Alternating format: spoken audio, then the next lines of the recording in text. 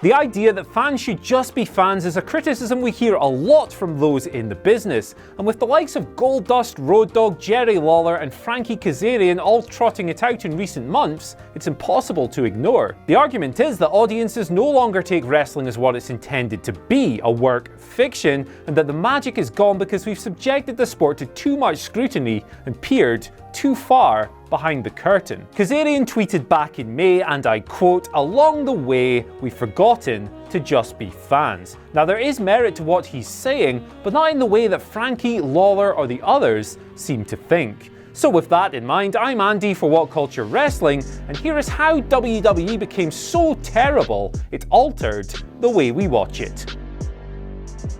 The problem hasn't arisen because fans have gone too far. That's evolution, it's inevitable, and it's pointless trying to stop it. Instead, the real reason that we no longer take WWE storylines as works of fiction is because the company have made it impossible to do so. The company themselves don't give fans a reason to be fans, and to illustrate that, let's look at some of their most notable characters. WWE have attempted to engineer fake sympathy for Roman Reigns by conceitedly placing him as some kind of sympathetic Daniel Bryan successor, when in reality, he's the opposite. Entitled, deceitful, and handed every opportunity, he's not the new Bryan, he's the new John Cena. Nia Jax, weeks after standing up to bullying in her feud with Alexa Bliss, has become the bully herself. Now, irrespective of her skill or lack thereof as a performer, her act is patently phony, and it's never going to get over. These characters don't even believe their own scripted bullshit, so why should we? And faced with these maddening inconsistencies, we now play a new role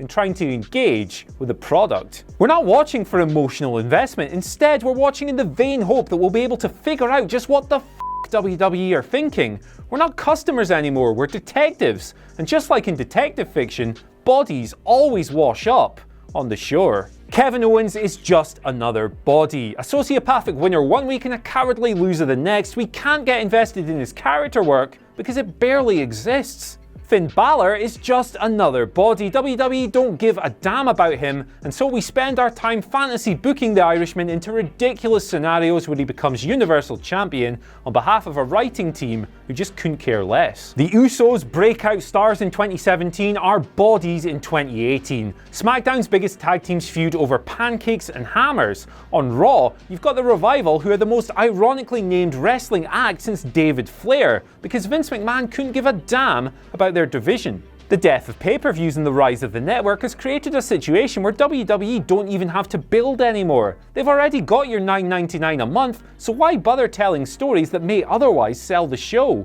They don't have to, they've already got the cash. This isn't the company's only easy payday, and with a bumper new TV deal on the way, Raw and SmackDown will remain stuck in these lame patterns. That means more pushes that go nowhere, more performers reading from increasingly shitty scripts, and matches that do nothing to change the landscape. All this mundanity fosters a culture in which what happens behind the camera is infinitely more interesting than what goes on in front of it. That's why, quote unquote, fans are not fans anymore.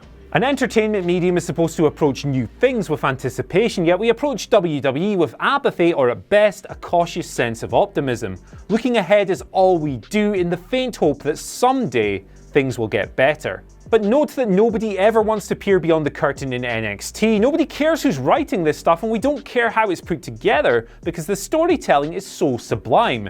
When Gargano vs Ciampa inevitably runs its course, we won't look forward to the end with concern or a relief that it'll finally be over, but because we're genuinely excited. We look forward to it, we cherish NXT's present and future, we relish it, and we appreciate it as fans in the moment because we've come to expect it from the brand and its consistency. We watch NXT with the optimism this level of reassurance breeds, but there's no such trust on the main roster. Let's take an example, say AJ Styles vs Shinsuke Nakamura. Now this was initially WWE's biggest dream match, but the company only drummed interest levels down to a minor nub by the end of it through incessant repetition. By the end, we were so ground down that we were only interested in what AJ was going to do next rather than what was going on in the feud. And the same goes with anything else on the main roster. The winner is no longer the intrigue, the hope that it ends imminently is, and there's no more daydreaming over dream matches because we've all borne witness to the harsh reality of it all. Yes, the constant we know better fantasy booking gets tiresome, but at least we, the fans, are putting in the effort.